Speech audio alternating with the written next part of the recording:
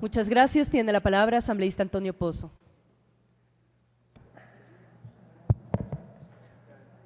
Muchísimas gracias, colegas legisladores. Considero que esta ley realmente es fundamental para potenciar al país plurinacional y pluricultural conforme al mandato constitucional, razón por la cual nuestro bloque apoyará la propuesta. Considero adicionalmente que esta ley se enmarca en los preceptos del artículo 156 y 157 de la Constitución, al igual que con la disposición sexta de la misma Carta Política. Es decir, estamos, aunque tardíamente, estableciendo la necesaria correspondencia y sinergia necesarias entre la ley fundamental del Estado y las normas de carácter secundario. Por otro lado, considero que este proyecto de ley de alguna manera va a contribuir a normar algunos ámbitos de la institucionalidad del país que en épocas pasadas, si bien se han generado incluso entidades muy importantes como el CODEMP, el CODEMOP, la Secretaría de Salud Intercultural Indígena y de los Pueblos y Nacionalidades, al igual que organizaciones representativas como el Fondo de Desarrollo Indígena, el Fondo para apoyar a los pueblos afrodescendientes, etcétera, vamos a normar precisamente ese organigrama, diría yo, del pasado, que no tenía pues una adecuada correspondencia con las normas básicas de la Constitución Política del Estado ecuatoriano. Desde ese punto de vista, el hecho de que esta ley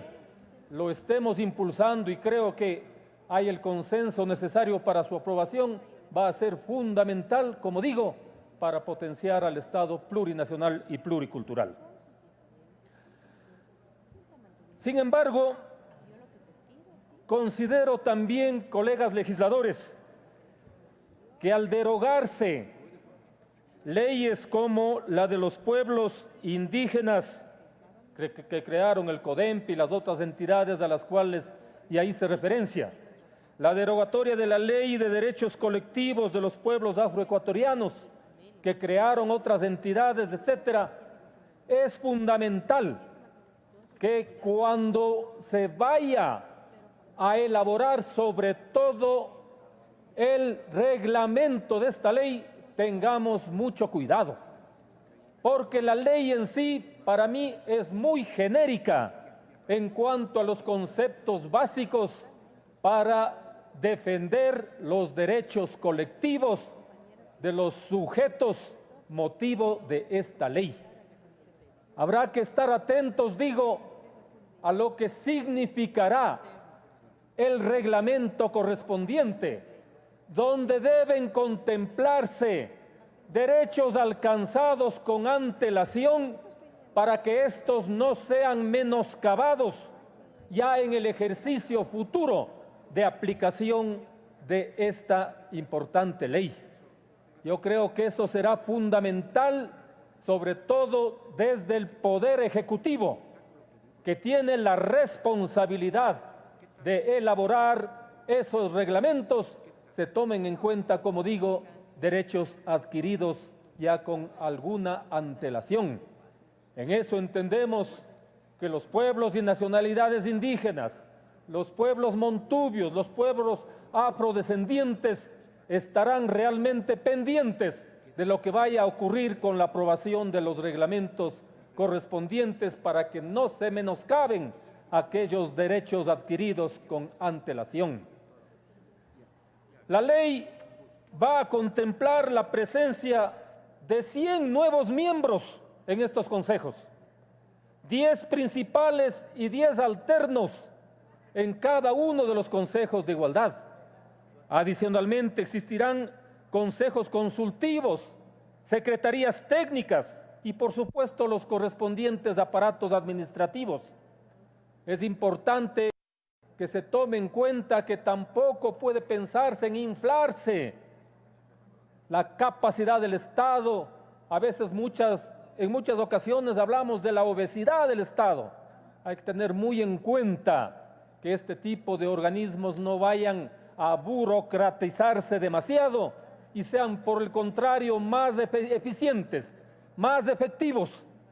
en los concursos que deberán convocarse para la integración de los consejos. Habrá que tener también la atención necesaria por parte de los sectores sociales involucrados para que estos concursos sean realmente transparentes, objetivos y que representen a cada uno de los sectores involucrados de manera paritaria, como dice la ley, y de una manera objetiva y real, para que su representatividad no vaya a ser menoscabada en la integración de los respectivos consejos. Pienso finalmente que ahora existe la gran oportunidad para que, una vez integrados estos consejos, vayamos seriamente a potenciar el principio constitucional de plurinacionalidad y pluriculturalidad, que no debe ser simplemente una declaración, a veces de carácter lírico, sino que tiene que concretarse en políticas públicas efectivas, que sean, por supuesto, coordinadas con el ente planificador del país, que es la CEMPLADES, y desde ese punto de vista se cumplan con las aspiraciones, con los sueños y esperanzas de los pueblos afroecuatorianos descendientes, de los pueblos y nacionalidades indígenas y de los pueblos montubios del Ecuador. Gracias.